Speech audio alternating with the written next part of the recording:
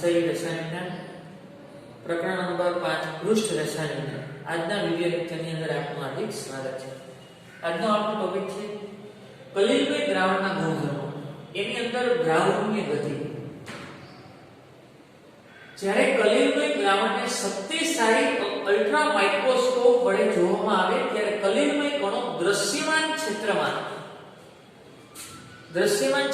એટલે કે તમે જેટલા વિભાગમાં પ્રકાશ પાડેલો છે અથવા અલ્ટ્રા માઇક્રોસ્કોપની મદદથી જોવો છો એટલો ભાગ ક્ષેત્રમાં સમગ્ર ક્ષેત્રમાં કલિલમય કણો વાંકી ચૂકી ગતિની અવસ્થામાં હોવાનું દેખાય છે. આ ગતિને શું કહેવાય? બ્રાઉનીય ગતિ.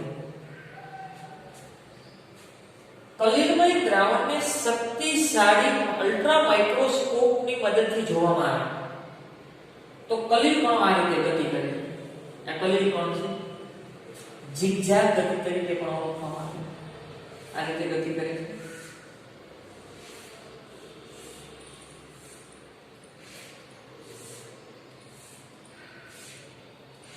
આ રીતે ગતિ કરે. આ કલિલ કણો છે, એક જ કણો છે પણ ઝિગઝેગ ગતિ કરે છે. આ ગતિ આ દિશામાંથી આ દિશામાં આગળ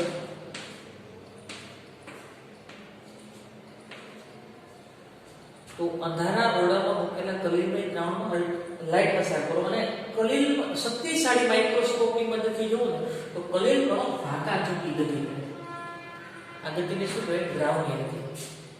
એવી જ રીતે જો પુષ્પની પરાગરજને જ્યારે પાણી પર મૂકવામાં આવે તો ડૂબી નહીં જાય, પાણી પર તરે અને પુષ્પની પરાગરજ પણ વાંકા ચૂકી ગતિ કરે છે. આ ગતિને દ્રાવણીય ગતિ તરીકે ઓળખવામાં આવે. તો કલિલ કણ પણ આવી જ રીતે ઝિગઝેગ વાંકા ચૂકી ગતિ કરે છે.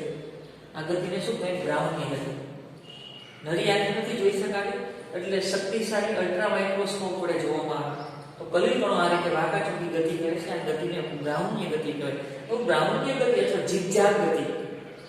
દ્રાવણીય ગતિ શું કામ કરે? આ ગતિનો સૌપ્રથમ અભ્યાસ વનસ્પતિ શાસ્ત્ર છે રોબર્ટ બ્રાઉન વડે અવલોકિત કરવામાં આવ્યો. કોલોઈડલ સોલ્યુશન એટલે કે કલિલમય દ્રાવણના બ્રાઉનીય ગતિનો અભ્યાસ સૌપ્રથમ રોબર્ટ બ્રાઉને કરેલો છે. માટે આ ગતિને શું કહેવાય? બ્રાઉનીય ગતિ તરીકે ઓળખવામાં આવે. હવે આ ગતિનો સ્વભાવ છે એ બે ઉપર આધાર રાખે. એક તો કલિલ કણના પ્રકાર ઉપર આધાર રાખે અને માધ્યમ ઉપર આધાર રાખે. પરિક્ષેપિત કણોના પ્રકાર. જો આ કણ છે એ કદમાં મોટો હોય તો ગતિ ઓછી થાય. આ કણ થોડો નાનો હોય તો ગતિ વધારે થશે. અને બીજું માધ્યમની શીઘ્રતા ઉપર આધાર રાખે. કલિલમાં બે હોય, પરિક્ષેપિત કલા અને પરિક્ષેપિત માધ્યમ. ધારો કે આ માધ્યમ છે, આ માધ્યમ પરિક્ષેપિત માધ્યમ અને આ શું છે? કલા. તો આ છે એ વાંકા ચૂકી ગતિ કરે છે. વાંકા ચૂકી ગતિ કરે છે. તો આ કોણ છે ને પરિક્ષેપિત કણોના કદ અને માધ્યમ ઉપર આધાર. આ કણ છે જેમ મોટો એમ બ્રાઉનની ગતિ ઓછી થાય. કણ જેમ નાનો એમ બ્રાઉનની ગતિ વધારે થાય. અને શીઘ્રતા, માધ્યમની શીઘ્રતા એટલે ઘટ કોણ. જો દ્રાવણ વધારે ઘટ હોય, માધ્યમ વધારે ઘટ હોય તો અવરોધ વધી જાય છે તો બ્રાઉનની ગતિ ઘટે. અને માધ્યમ ઓછું ઘટ હોય એટલે કે શીઘ્રતા ઓછી હોય તો માધ્યમ પાતળું રહેશે તેથી અવરોધ ઓછો તો પણ બ્રાઉનની ગતિ વધી જાય છે. આ ગતિ કલિલના સ્વભાવ એટલે કે પ્રકૃતિથી સ્વતંત્ર છે. કલિલના સ્વભાવ ઉપર આધાર રાખતું નથી, એનાથી સ્વતંત્ર છે. કલિલ બ્રાઉનની ગતિ તો હોય એના સ્વભાવ ઉપર આધાર રાખે, પરંતુ કલિલ કણના માપ એટલે કે કદ ઉપર આધાર રાખે છે અને દ્રાવણની શીઘ્રતા ઉપર આધાર રાખે કેટલું ઘટશે. કલિલ કણનું માપ જેટલું વધારે નાનું, કલિલ કણ જો મોટો હોય તો અવરોધ વધારે થાય, તો કણ નાનો હોય તો બ્રાઉનની ગતિ વધારે ઝડપથી થાય.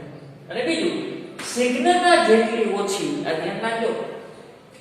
કલિલ કણનું માપ નાનો તો બ્રાઉનની ગતિ વધારે, શીઘ્રતા ઓછી તો બ્રાઉનની ગતિ કેવી થશે? આગળ બ્રાઉનીય ગતિ ઉદ્ભવવાનું કારણ. શું કામ બ્રાઉનીય ગતિ ઉદ્ભવે છે? આવું થાય છે શું કામ? આવી ગતિનું કારણ એ છે કે પરિક્ષેપક માધ્યમના અણુઓ વડે કલિલ કણો પર અસંતુલિત બોમ્બમારો સતત થતો હોય. આ માધ્યમ છે, ધારો કે આ માધ્યમ છે, પરિક્ષેપિત માધ્યમો, અને એની અંદર શું છે?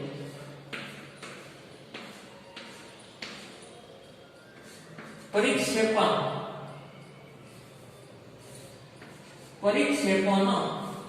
માધ્યમ અને આ પરિક્ષેપિત કલા. એવું કે છે પરિક્ષેપક માધ્યમના અણુઓ વડે, આ માધ્યમના અણુઓ છે, એ માધ્યમના અણુઓ વડે આની ઉપર સતત અસંતુલિત બોમ્બમારો થતો હોય. અસંતુલિત બોમ્બમારો આ માધ્યમના કણો છે, આને ધક્કો માર્યો, એ ધક્કો માર્યો તો એની ઊર્જા વધી ગઈ. ધારો કે તમે કોઈ ભીડવાળી જગ્યાની અંદર તમે જાઓ છો, તો તમને કોઈ ધક્કો મારે તો તમારે ક્યાંય જવાની જરૂર નથી, પણ કઈ દિશામાં જાશો એ નક્કી નહીં, પણ આગળ વધશો એ ફાઇનલ છે. તમે કોઈ ભીડવાળી જગ્યાની અંદર જાઓ તો ધક્કા મૂકી હોય તો તમે એમનેમ આગળ વધશો, કારણ કે તમારી ઊર્જા વધી જાય. તમને કોઈ ધક્કો મારે અને તમારી ઊર્જા વધી જાય, કઈ બાજુ જાશો એ નક્કી નહીં, પણ આગળ વધશો. તો માધ્યમના કણો આ પરિક્ષેપિત કલાને ધક્કો મારે છે, એટલે એની ઊર્જા વધી જાય છે. પોતાની ઊર્જા અને આપણી જેથી આની ઊર્જા વધી ગઈ, એટલે અસંતુલિત બોમ્બમારો થઈ ગયો. ઈ કોણ અહીંયા આવે છે, તો ઈ પાછો આને ધક્કો મારે છે, તો ઈ પોતાનો એની ઊર્જા વધી ગઈ, તો આને ધક્કો મારે છે, એની ઊર્જા વધી ગઈ, તો આને ધક્કો મારે છે, એની ઊર્જા વધી ગઈ, તો આને ધક્કો મારે, પછી અસંતુલિત બળ થઈ ગયો. અસંતુલિતને કારણે બધા જ કણો એકબીજા સાથે અસ્ત-વ્યસ્ત ગતિ કરવા માંડે છે. તો કલિલ કણો પર અસંતુલિત બોમ્બમારો સતત થતો હોય છે, તેને કારણે બ્રાઉનની ગતિ ઉદ્ભવે છે. આગળ વધુમાં બ્રાઉનની ગતિને વિલોડન અસર પણ હોય છે. વિલોડન અસર એટલે આ છે, આ માધ્યમના કણો છે, એ કલિલ કણને ધક્કો મારે છે, એટલે કલિલ કણની ઊર્જા વધી જાય, અને કલિલ કણની ઊર્જા વધી જાય એટલે એ આગળ હાલે, એટલે એ અસંતુલિત બળ થયું. એ પાછો બીજાને ધક્કો મારે, એ ત્રીજાને ધક્કો મારે, એને કારણે આ અસરને વિલોડન અસર કહેવાય. અસંતુલિત બળ થઈ ગયું, એને વિલોડન અસર કહેવાય. એને કારણે કલિલ કણો સતત અવિરતપણે ઘટતા રહે, અને જે કણોને ઠરવા દેતા નથી, એટલે આ અસંતુલિત બળને કારણે કણો તળિયે બેસી જતા નથી. કારણ કે એ કણ અહીંયા આવશે તો અહીંયા પણ માધ્યમના કણો છે, એ ધક્કો મારશે, એની ઊર્જા વધશે, એ પાછો અહીંયા આવ્યો, અહીંયા પણ માધ્યમના કણો છે, એ આને ધક્કો મારશે, તો એને કારણે કણ ઠરવા દેતા નથી, એટલે કણો તળિયે બેસી જતા નથી, કણોને ઠરવા દેતા નથી, અને તે સોલની સ્થાયીતા માટે જવાબદાર. આ બ્રાઉનની ગતિ કલિલમય સોલની સ્થાયીતા માટે જવાબદાર છે. અસ્તવ્યસ્ત ગતિ કરે છે અસંતુલિત બળને કારણે, એટલે તળિયે બેસી જતા નથી, અને કલિલ શું સ્થિરતા પ્રાપ્ત કરે છે. કલિલમય કણો પરનો વિભાર. કલિલમય કણો હંમેશા ધન વિભાર કે ઋણ વિભાર ધરાવતા હોય. હવે એની ઉપર વિભાર શું કામ આવે? એ અધિશોષણને કારણે આવે. અને અધિશોષણ થાય છે શું કામ? અસંતુલિત બળોને કારણે. અસંતુલિત બળોને કારણે અધિશોષણ થાય છે. ધારો કે AgNO3 દ્રાવણ હોય, AgNO3 ના દ્રાવણની અંદર વધુ પ્રમાણની અંદર Ki ઉમેરી દો, વધુ પ્રમાણમાં Ki ઉમેરો તો આ AgI એનો અવક્ષેપ AgI આ કલિલમય સોલ મળશે. શું મળશે? કલિલમય સોલ. અને થાશે આ પરિક્ષેપણ માધ્યમ છે, એની અંદર ધારો કે આ AgI છે, AgI આ AgI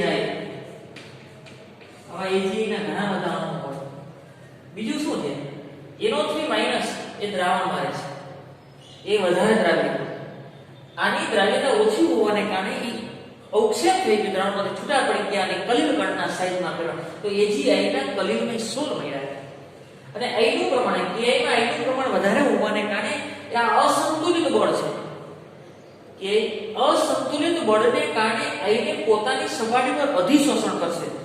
આ I- ને કાં ધન આયન અથવા ઋણ આયનનું અધિશોષણ કરે. આ છે AgI, એ I માઈનસ વધારે કેવી પરિસ્થિતિ છે એના ઉપર આધાર રાખે. આ વધારે પ્રમાણમાં છે તો I ને પોતાની સપાટી પર અધિશોષણ કરશે. તો અહીંયા I માઈનસ આવશે. અને સપાટી પર શું આવશે? I minus. I માઈનસ સપાટી પર ગયો તો K પ્લસ ક્યાં છે? ગ્રાઉન્ડ. ગ્રાઉન્ડમાં કોણ આવ્યું? K plus. આની સપાટી પર I માઈનસ નું અધિશોષણ થાય છે. અને ગ્રાઉન્ડમાં કોણ આવશે? K plus. તો આની સપાટી પર કાં તો ઋણ આયનનું અધિશોષણ થાય અથવા તો ધન આયનનું અધિશોષણ થશે. કોનું અધિશોષણ થશે એ પરિસ્થિતિ ઉપર આધાર રાખે. તમે વધારે પ્રમાણમાં Ki લીધું હોય તો I નું અધિશોષણ થાય, અને વધારે પ્રમાણમાં AgNO3 લીધું હોય ને તો Agi ની સપાટી પર Ag નું અધિશોષણ થાય. પરિસ્થિતિ કેવી છે એનું. અને અધિશોષણ થાય છે શું કામ? કે શરૂઆતના લેક્ચરની અંદર આપણે ભણી ગયા અસંતુલિત બળને કારણે એ સંતુલિત થવા પ્રયત્ન કરે છે એટલે અધિશોષણ કરે છે. પોતાની સપાટી પર અસંતુલિત બળ હોય એટલે બીજા તેના જેવા આયનને અનુરૂપ આયનને પોતાની સપાટી પર ખેંચે છે. તો Agi છે I માઈનસ ને પોતાની સપાટી પર ખેંચે. આવા દ્રાવણ બનાવવા માટે હવે આ માઈનસ અને આ માઈનસ બંને વચ્ચે શું થાય? અપાકર્ષણ. બંને વચ્ચે અપાકર્ષણ થાય એટલે બે કણો કોઈ દિવસ ભેગા થાય નહીં. એટલે આ બંને વચ્ચે અસંતુલિત ગોળમારો થાય. આની નજીક આવશે તો અપાકર્ષણને કારણે દૂર વહી જશે. એ દૂર વહી જશે તો અહીંયા બીજો અણુ હશે, એની વચ્ચે અપાકર્ષણ થાય, ત્યાંથી દૂર વહી જશે, એની પાસે બીજો આવશે તો એની વચ્ચે અપાકર્ષણ. તો અસંતુલિત ગોળમારાને કારણે આ અણુઓ સ્થિરતા પ્રાપ્ત કરે છે અને દ્રાવણમાં સતત અવિરતપણે ઝિગઝેગ એટલે કે બ્રાઉનની ગતિથી ઘૂમા રાખશે. આગળ કલિલમય કણો હંમેશા ધન વીજભાર કે ઋણ વીજભાર ધરાવે છે. અહીંયા ઋણ વીજભારિત કલિલ છે. વધુમાં બધા જ કલિલમય કણો પર એક સરખું વીજભાર ઉદ્ભવે છે, કાં તો ધન આયન અથવા ઋણ આયન. આ કલિલ ઉપર ઋણ આયન હોય ને તો બીજા ઉપર ઋણ આયન જ હોય. ત્રીજો હશે તો એની ઉપર ઋણ આયન તો એનો ધન આયન કેમ ગયો? એનો ધન આયન માધ્યમમાં જશે. એનો ધન આયન ક્યાં જશે? માધ્યમમાં. તો એમાં આ યાદ રાખજો MCQ માટે ખાસ યાદ રાખજો ધન વીજભારિત શોધ. જળયુક્ત ધાત્વીય ઓક્સાઇડ છે Al2O3 Cr2O3 અને Fe2O3 એના કલિલમય સ્તર ઉપર ધન વીજભાર હોય. એટલે કે ધનને પોતાની સપાટી પર અધિશોષણ કરે ઓક્સાઇડ. પણ કેવા છે? જળયુક્ત. એની સાથે પાણી છે. આ ઓક્સાઇડ જ છે પણ એની સાથે પાણી નથી. TiO2 એ ઓક્સાઇડ જ છે પણ પોતાની સપાટી પર પાણી નથી. અહીં જળયુક્ત પાણી સાથેના છે. અને ઈ જ્યારે યોગ્ય માધ્યમમાં ઉમેરશો, તમે યોગ્ય વિદ્યુત વિભાજ્ય ઉમેરશો તો આ ધનને પોતાની સપાટી પર અધિશોષિત કરશે. એટલે આ ધન વીજભારિત કલિલમય સ્ત્રોત થાય. Al2O3 Cr2O3 અને Fe2O3 આમાં તમે વિદ્યુત વિભાજ્ય ઉમેરો તો આની સપાટી પર ધન વીજભાર અધિશોષિત થશે. બીજું બેઝિક ડાયસ્ટફ. ડાય એટલે બે એવો શું કહેવાય? ડાય એટલે રંગ છે. બેઝિક રંગ. આ બેઝિક રંગનું નામ છે મિથિલિન બ્લુ. આ મિથિલિન બ્લુ ના કણ ઉપર ધન વીજભારિત અધિશોષણ થાય છે એટલે ધન વીજભારિત સ્ત્રોત કહેવાય. હિમોગ્લોબિન એ કલિલમય કણ છે, પ્રોટીન છે એટલે બહુઆણીય કલિલ થયા. એ કલિલમય કણ છે પણ માધ્યમમાં એમાં ની સપાટી પર ધન વીજભાર અધિશોષણ થાય છે એટલે એને ધન વીજભારિત સ્ત્રોત કહેવાય. TiO2 વિદ્યુત વિભાજ્યમાં ધન ને પોતાની સપાટી પર અધિશોષણ કરશે. ધારો કે કોઈ કલિલમય કણ છે, એની સપાટી પર ધન વીજભારનું અધિશોષણ થાય છે. અને આ બધા એવા છે, ધારો કે કોપર હોય, સિલ્વર હોય, ગોલ્ડ હોય, તો એ આ કણ છે એની સપાટી પર ઋણ વીજભારનું અધિશોષણ થાય છે. એ પસંદગી યુક્ત અધિશોષણ કહેવાય. કાં તો ધનને અધિશોષણ થવા દે અથવા ઋણને. એ પરિસ્થિતિ ઉપર આવે. ધાત્વીય સલ્ફાઇડ કોપર હોય, સિલ્વર હોય, ગોલ્ડ હોય, પોતાની સપાટી પર ક્યાંય ધન આયન ઋણ આયન હોય તો એ ઋણ ભારિત સ્ત્રોત કહેવાય. ધાત્વીય સલ્ફાઇડ As2S3 Sb2S3 અને CdS ઋણ વીજભારિત સ્ત્રોત છે. બીજું એસિડિક ડાયસ્ટફ એટલે એસિડિક રંગક. નામ શું છે? ઇઓસિન અને કોમ્બોરેટ. ઇઓસિન અને કોમ્બોરેટ એ એસિડિક રંગક છે. એની સપાટી પર ઋણ વીજભારિત હોય. સ્ટાર્ચ હોય, ગુંદર હોય, જીલેટિન હોય, માટી હોય અને ચારકોલ. સ્ટાર્ચ, ગુંદર, જીલેટિન, માટી અને ચારકોલ પોતાની સપાટી પર ઋણ વીજભારનું અધિશોષણ કરે એટલે ઋણ વીજભારિત સ્ત્રોત. કલિલ કણોની સ્થાયીતા. કલિલ કણોની સ્થાયીતા ધન આયન કે ઋણ આયન ઉપર આધાર રાખે. તેમાં રહેલા સમાન અને સરખા વીજભારની હાજરીને કારણે હોય છે. ધ્યાન રાખજો, એ વીજભાર કેવો છે? સમાન. અહીં ઋણ છે તો અહીં ઋણ, એટલે કેવો છે? સમાન. અહીંયા ઋણ છે તો અહીંયા ઋણ છે તો સમાન અને સરખા. અહીં ઋણ કેટલા? 1 2 3 4 5 6. 1 2 3 4 5 અને 6 હવે સરખા થઈ ગયા. આ કલિલ કણોની સ્થાયીતા એના અધિશોષણ થયેલા ધન આયન અથવા ઋણ આયન સમાન અને સરખા વીજભારની હાજરીને કારણે હોય. અહીં ઋણ છે તો અહીં ઋણ જ છે. અહીંયા 5 નું અધિશોષણ થયું હોય તો અહીંયા પણ 5 નું. બંને વચ્ચે અપાકર્ષણ થાય એટલે કોઈની નજીક ન આવે, કદમાં મોટો ન બને, તળિયે ન બેસી જાય. તળિયે નથી બેસતા અપાકર્ષણને કારણે સ્થિરતા પ્રાપ્ત, કન્ટિન્યુ તરતા રહેતા. કારણ કે સમાન વીજભારને કારણે કણો અપાકર્ષણ બળોના કારણે વીજભાર કણો સમાન વીજભાર છે, આની ઉપર ઋણ અને ઉપર ઋણ, એટલે સમાન વીજભારને કારણે અપાકર્ષણ બળોના કારણે એકબીજાની નજીક આવતા અટકે છે. અપાકર્ષણને કારણે એકબીજાની નજીક આવતા અટકે છે અને તેથી સમ્મિલિત અથવા સમુચિત, સમુચિત એટલે ભેગા થતા નથી, એટલે તળિયે ન બેસી જાય, કદમાં મોટો થતો નથી. સંતુલિત અપાકર્ષણ બળ છે, સમુચિત થઈ શકતા નથી, એટલે કે ભેગા નથી થતા. જો ભેગા થાય તો શું થાય? તો કદમાં મોટો થાય, અને કદમાં મોટો થાય તેને ગુરુત્વાકર્ષણ બળ લાગવા માટે તો ક્યાં બેસી જાય? તળિયે. અને કલિલ દ્રાવણ કેવું બની જાય? નકામ.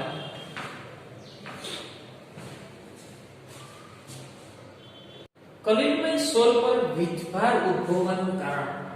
કલિલ કણો પર વીજભાર એક અથવા વધુ કારણોને લીધે, ના ઘણા બધા કારણો હોય છે. એવું કે છે ધાતુઓના વિદ્યુતીય વિસર્જન દરમિયાન, એટલે કે ધાતુઓમાંથી જ્યારે તમે કલિલ કણ અથવા કલિલમય દ્રાવણ બનાવતા હોય ત્યારે ઇલેક્ટ્રોન ગ્રહણ દ્રાવણમાંથી આયનનું પસંદગીશીલ અધિશોષણ થાય.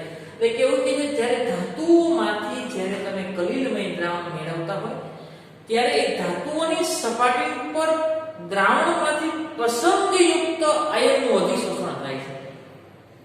જ્યારે કલિલમય સોલ બનતા હોય ત્યારે દ્રાવણમાંથી પસંદગીયુક્ત આયનનું કલિલ કણ પર અધિશોષણ થાય છે. એ આયનના અધિશોષણને કારણે કલિલ કણ પર ધનાયન અથવા તો ઋણાયન ઉદ્ભવે છે. પસંદગીયુક્ત કાં તો ધનને પોતાની સપાટી પર અધિશોષણ કરાવી દેશે અથવા તો ઋણને.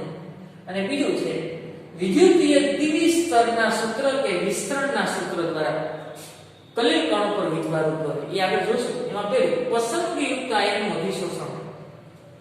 સોલના કણો એટલે કે કલિલ કણ ધનમય અથવા ઋણમય આયનોનું પસંદગીના ધોરણે અધિશોષણ કરે છે. દ્રાવણમાંથી કલિલ કણ પસંદગી કાં તો ધનની પસંદગી કરશે તો કલિલ કણ ઉપર ધન આયન ઉદ્ભવશે.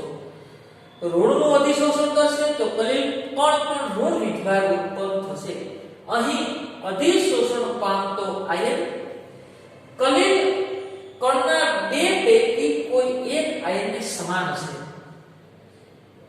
ધારો કે કલિલ કણ Ag આયનો છે. આ વાક્ય સમજી લેજો. અહીં અધિશોષણ પામતો આયન કલિલમય કણ શું છે? Ag ion.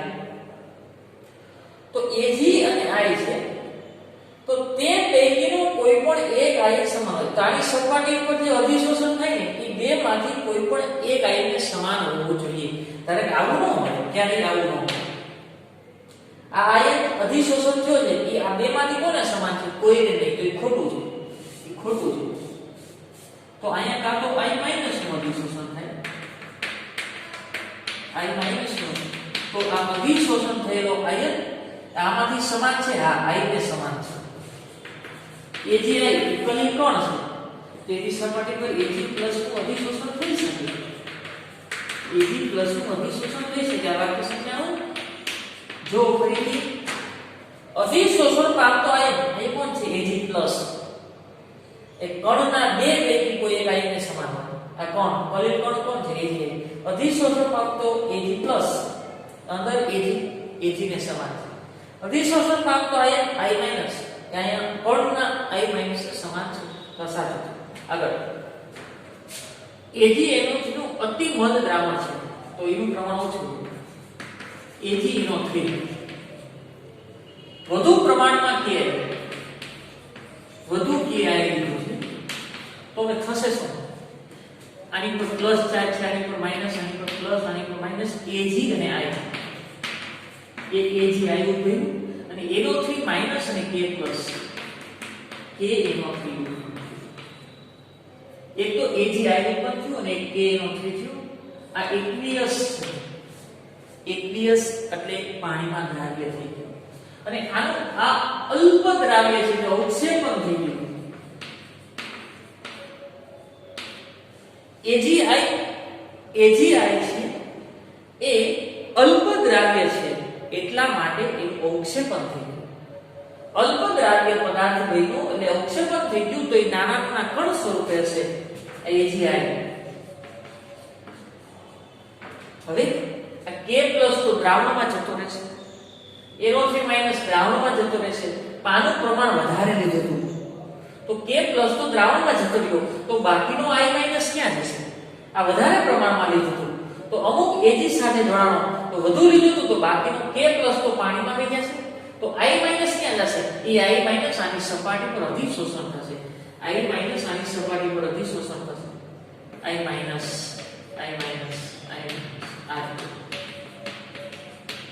તો દ્રાવણમાંથી પસંદગીયુક્ત આયનનું અધિશોષણ કર્યું, નહીં કે આ કે નહીં કે NO3. K પ્લસ ને I માઈનસ શું કામ લાવ્યા? કારણ કે એની પાણીમાં દ્રાવ્યતા વધારે છે એટલે I પડ્યો તો પણ દ્રાવ્યતા ઓછી છે એની સપાટી પર અધિશોષણ કરાવી દેશે. તો એને દર્શાવવા જેને આ રીતે દર્શાવાય AgI વળી દર્શાવાય એવું કે AgI કલિલમય સોલ છે એની સપાટી પર ઋણ આયનનું અધિશોષણ થયું. આ રીતે દર્શાવાય. જો AgNO3 નું અતિ મત દ્રાવણ વધુ પ્રમાણમાં લીધેલા કે વધુ પ્રમાણમાં લીધું છે ઉમેરવામાં આવે ત્યારે સૌપ્રથમ AgI અવક્ષેપિત થાય. AgI બન્યો અલ્પ દ્રાવ્ય છે એટલે કલિલ કણના સ્વરૂપમાં અને ત્યારબાદ આ અવક્ષેપિત AgI પરિક્ષેપક માધ્યમમાંથી હજી કોણ રખે છે? K પ્લસ તો દ્રાવ્ય છે, આ દ્રાવ્ય છે, આ થોડોક અલ્પ દ્રાવ્ય છે તો માધ્યમમાંથી I માઈનસ ને ખેંચી લે છે. I માઈનસ I નું અધિશોષણ કરે છે એટલે આને દ્રાવણમાંથી I માઈનસ ને ખેંચી લીધો એટલે એ ઋણ વીજભારિત કલિલ.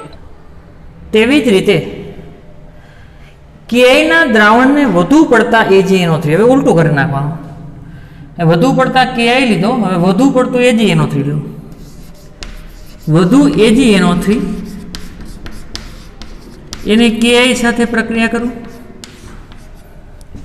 તો અહીંથી Ag અને અહીંથી I એનું અવક્ષેપણ થાય. AgI બન્યું પછી અલ્પ દ્રાવ્ય હોય દ્રાવણમાંથી છૂટો પડી જાય તો અવક્ષેપ પ્લસ આ K અને NO3 એટલે K NO3 તો પાણીમાં દ્રાવ્ય હશે એટલે દ્રાવણમાં આવી જશે અને આ AgI છે, આ AgI એનો કલિલમય સોલ મળ્યો. પણ એ દ્રાવણોની અંદર હજી શું છે? દ્રાવણની અંદર આ વધુ પ્રમાણમાં લીધું છે, આની સરખામણીમાં વધુ પ્રમાણમાં લીધું છે. ધારો કે આ 5 મોલ હોય તો આ 7 લીધા છે તો 5I આ મર્યાદિત પ્રક્રિયા થઈ ગયો. 5I અને 5 Ag તો 5 મોલ AgI બન્યું હોય તો હજી Ag પ્લસ 2 પડ્યા હોય, 2 મોલ પડ્યા હોય તો એ Ag પ્લસ છે દ્રાવણમાં અલ્પ દ્રાવ્ય છે તો દ્રાવણમાં નહીં રહે તો AgI ની સપાટી પર અધિશોષણ થાય. આ વધુ છે તો આની સપાટી પર અધિશોષણ થશે Ag પ્લસ